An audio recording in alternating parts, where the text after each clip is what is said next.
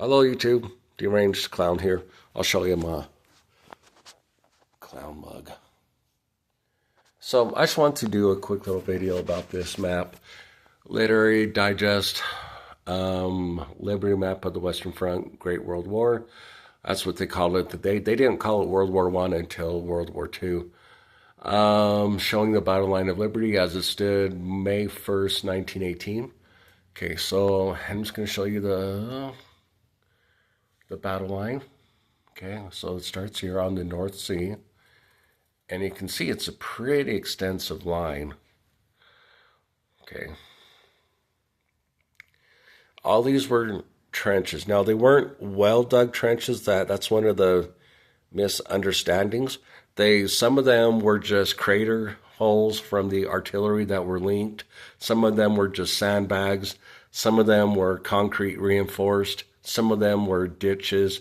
So they weren't all the same extensive trenches. Just want to focus on this. This is England. This is France. So you have England, France. This is Calais. If you look, this is the English Channel. This is Calais is the shortest distance between England and France. Ypres is right around here. This is, or Wipers as they called it.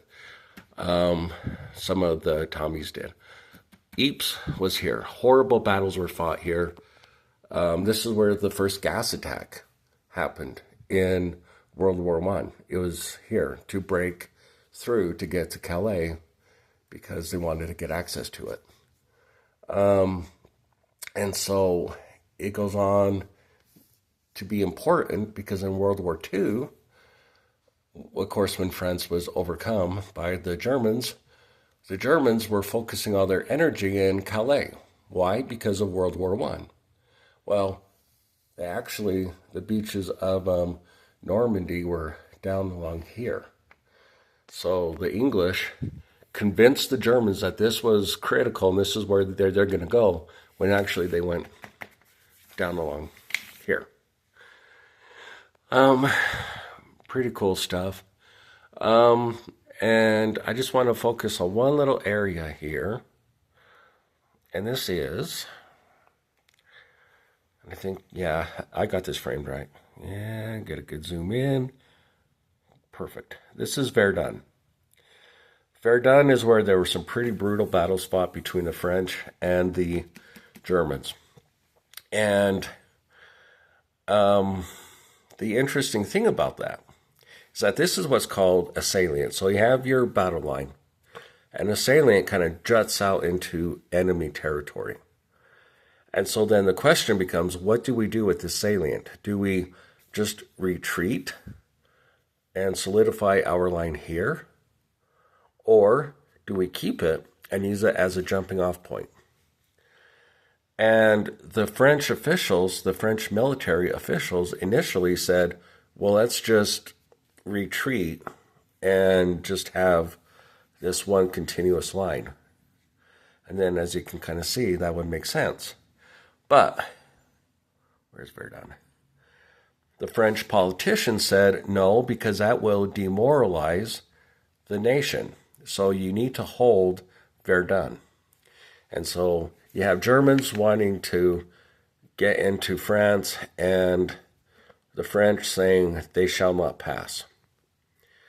And there were some pretty fierce battles here. The French 75 millimeter artillery really did some real damage to the Germans. And to this day, the idea behind the French 75, it's used in modern warfare to this very day. But the initial testing ground for that, I mean, it's not the exact same stuff, but it's obviously improved. But the idea originated here with the French 75. And some may say, oh, okay, so the politicians needlessly tormented these soldiers who had to fight here. Well, kind of. What good would it have done a soldier who's French if, say, this person back in Paris, where is Paris? Paris hears about Verdun and says, well, what's the point in fighting? So it did keep the morale up, but also it did serve a very important function. If you look at the overall battle lines here, there's a lot of territory, and the Germans focused a lot of energy and people, and that's what World War I was. It was a lot of moving troops around, concentrations, whatnot. So this tied up a lot of German resources, which helped on other parts of the map. So I hope this has been interesting. To me, I think it's just fascinating how history and geography and politics and military strategy, how they all kind of commingle to get together. And just so you know, this is an original map. This is on this is what's called oilskin. It's a form of paper. I'm not sure if they still make it or not, but this is on oilskin. It's really cool. So anyways, end of long-winded video.